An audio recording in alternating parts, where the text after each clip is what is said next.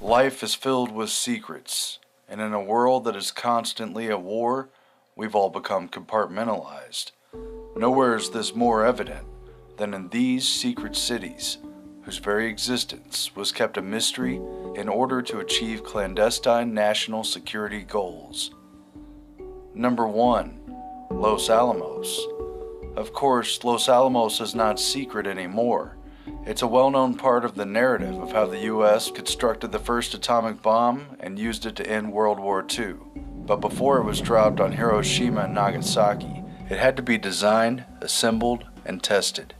For that, the Army built a secret city from scratch, established in 1943 in the high altitudes of the New Mexico mountains. Los Alamos thrived on secrecy, with General Leslie Groves establishing a paranoid control grid where all phone calls were monitored, mail was read for signs of sabotage or spying, and the base even attempted to limit fraternization among the scientists and civilian personnel who were secretly stationed there. Employees were restricted from discussing any aspect of their work, and the project was highly compartmentalized. J. Robert Oppenheimer, the eccentric physicist in charge of the Manhattan Project's nuclear research, was appalled by General Groves' extreme secrecy and tried to minimize the surveillance culture, but to no avail. In hindsight, many believe that Groves' level of security actually hindered and slowed down the completion of the bomb, because everyone was so compartmentalized that very few even had a meaningful idea of what they were trying to accomplish. It was referred to by some as the Hill and known in military communications as Site Y, but it was absolutely off limits for the general public. Even today, Los Alamos maintains an air of quasi-secrecy. Although tourists are invited to visit the city's Bradbury Science Museum and learn about the atomic bomb, the Los Alamos National Research Laboratory, just a few blocks over, continues its highly classified national security work. And signs are everywhere in the city reminding you of the careful watch that is placed over the 12,000 or so inhabitants and all visitors. The 40s-era watchtower and guard shacks remain a visible reminder of the previous era of secrecy, while we witnessed modern-day extra security stationed in several places on the main roads, at gates, and bridges. We saw a family van pulled over with police searching through every nook and cranny of their car. Cars pulling over a white minivan of family. I guess we're lucky. We need to get the hell out of here. And we were pretty sure we were being followed more than once during our short visit to this secret city. Wow. That is creepy. You think that was the APB for us? And it wasn't just Los Alamos. The Army and the secret science enclaves also had secret facilities situated in Oak Ridge, Tennessee and Hanford, Washington to enrich uranium and plutonium. Number 2 is Ozorsk, but it was known under a code name, City 40. This secret city was founded in 1947 in the Soviet Union, just as the Cold War was intensifying. Its purpose was to house the workforce for the neighboring Mayak plant and secretly produce weapons-grade plutonium for Soviet Russia. Considered a closed city, Ozorsk didn't even appear on maps, and families who lived there weren't even allowed to talk about where they lived when they visited friends. Instead, they had to use code names or lie about where they were from. The city had a close-knit, almost cult-like atmosphere among the 15,000 or so inhabitants, who reinforced the special and patriotic secret mission of their off-the-map town. Children tested each other's loyalty, and harsh penalties were enacted for perceived traitors who might give away one of Mother Russia's most important secrets. Historians attribute hastiness to prevail in the Cold War for the total lack of safety precautions apparent inside City 40, the Mayak plant, and the surrounding area, which was widely contaminated with nuclear waste materials. In 1957, a nuclear waste storage tank exploded, releasing more radioactive material than Chernobyl. However, the incident was covered up and kept secret. Ozorsk remains inhabited today by some 90,000 residents, but is still closed off to the rest of the world. However, the 2016 documentary City 40 was filmed undercover there and revealed its story to the world for the first time. Number 3, Wunsdorf, a derelict city falling to ruin. Wunsdorf in Zossen, Germany, some 25 miles from Berlin, was once a forbidden secret Soviet city and the largest Red Army camp outside of the USSR borders. Some 75,000 men once marched down the now decaying streets of what was then called Little Moscow, where a theater, an Olympic-sized swimming pool, statues of Lenin, and murals to the great space race with the United States have frozen the Cold War in time. During World War I, POWs were held at Wunstorf, and in the lead-up to World War II, the city became the headquarters for the German armed forces. Nazis used Wunstorf underground bunkers, built with meter-thick walls for secret communications. And years later, the city was still generally off limits, and locals had to get permission to enter. Shut down 5 years after the Berlin Wall fell in 1989, people were in such a hurry to leave. Families left their pets behind, and over 98,000 rounds of ammo. Today, for a small fee, you could take a tour of the Forbidden City, and if you have enough money, you could even buy the place. In November 2015, it was put up for sale at £3 million and a promise to restore Wunstorf to its former glory. Number 4 is known only as 404. China exploded its first nuclear bomb on October 16, 1964, but only after decades of working in complete secrecy. In order to accomplish this feat, China didn't just build a top-secret city, but declared an entire swath of desert a national security secret in the 1950s.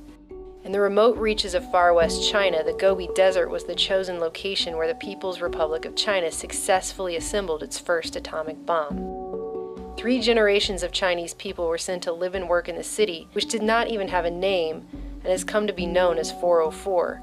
Coincidentally, the same as the error code that tells an internet user when a requested web page is not found. Not found on any Chinese map, the city was built from scratch on the desert floor.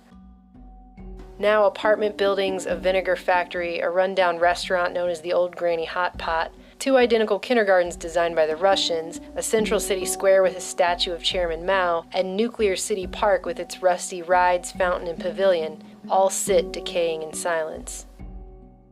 Photographer Li Yang grew up in 404 and returned last year to document the city. He said you could walk from one side of town to the other in just 15 minutes. Thus, the town had no buses, taxis, or even traffic lights.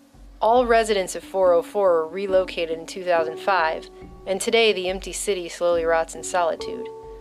404's only remaining residents appear to be sheep who have taken over the old nuclear park zoo. Number 5. Camp Century. This is the story of Camp Century. A secret city under the ice in Greenland. In 1960, the United States officially launched Camp Century with cooperation from the Denmark government and NATO. It was a highly publicized effort to build a nuclear-powered Arctic research station some 28 feet underground. Camp Century is buried below the surface of this ice cap. In this remote setting, less than 800 miles from the North Pole, Camp Century is a symbol of man's unceasing struggle to conquer his environment. Inside the uninhabitable 6,000-foot deep ice cap of Greenland. It was an expensive and unprecedented effort that involved carving out a massive system of tunnels in the ice and then constructing an underground city meant to house men and equipment, officially in an effort to better understand the challenges of living in such an extreme cold environment. But what the U.S. Army never told Denmark was that its real mission, under the clandestine Project Iceworm, was to build an underground network of mobile nuclear missile launch sites designed to span a vast area of more than 52,000 square miles, approximately the size of Arkansas. With potential launch sites every 4 miles, there would be thousands of mobile nuclear launch sites, putting Moscow in direct range, while the Soviets would be theoretically incapable of guessing which of the thousands of weapon sites an attack could be launched from. To avoid surprise disaster, some of our aircraft must always be in the sky or on the alert, carrying nuclear weapons. We, the American people, understand and accept this necessity for our survival.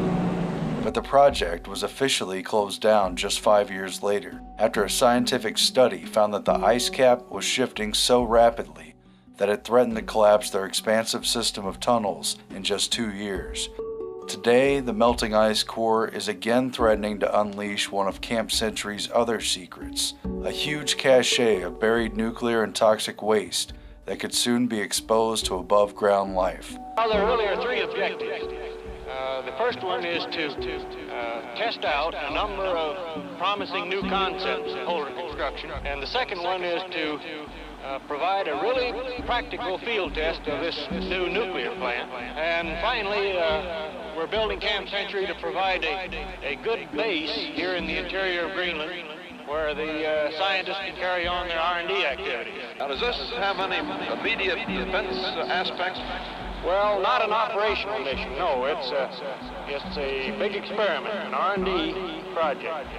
Camp Century was officially abandoned completely by 1966, and Project Iceworm was suspended.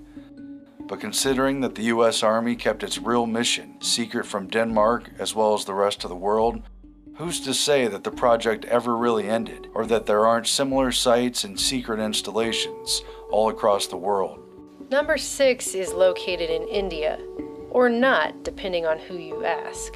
Secret nuclear cities are not just a relic of the past. Word is India is in the process of building a top-secret nuclear city in the Chalkir region, where large-scale excavation for something began in 2012. Although the Indian government has officially denied these claims as a, quote, figment of Pakistani imagination, 2 senior scientists involved with India's atomic energy sector have acknowledged the new complex's existence, with retired chairman of the Atomic Energy Commission R.K. Sinha recently quoted as saying, "We should be proud that we have the technology for uranium enrichment. There are countries like Iran who have been blamed for clandestinely acquiring the technology, and the Pakistanis have been accused of stealing from somewhere. We have done it ourselves. Let us be proud of it. Nothing else matters." According to Foreign Policy, India has already received roughly 4,914 tons of uranium from France, Russia, and Kazakhstan, and the nation has agreements with Canada, Mongolia, Argentina, and Namibia for additional shipments. A new study published by the Institute of Strategic Studies Islamabad concluded India now has sufficient material and capabilities to build somewhere between 356 and 492 nuclear bombs.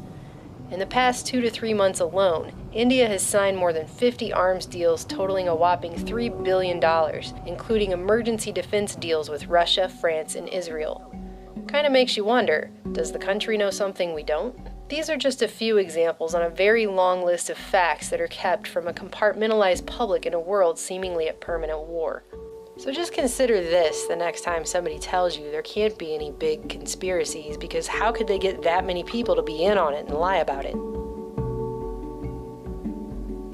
Obviously, it happens all the time.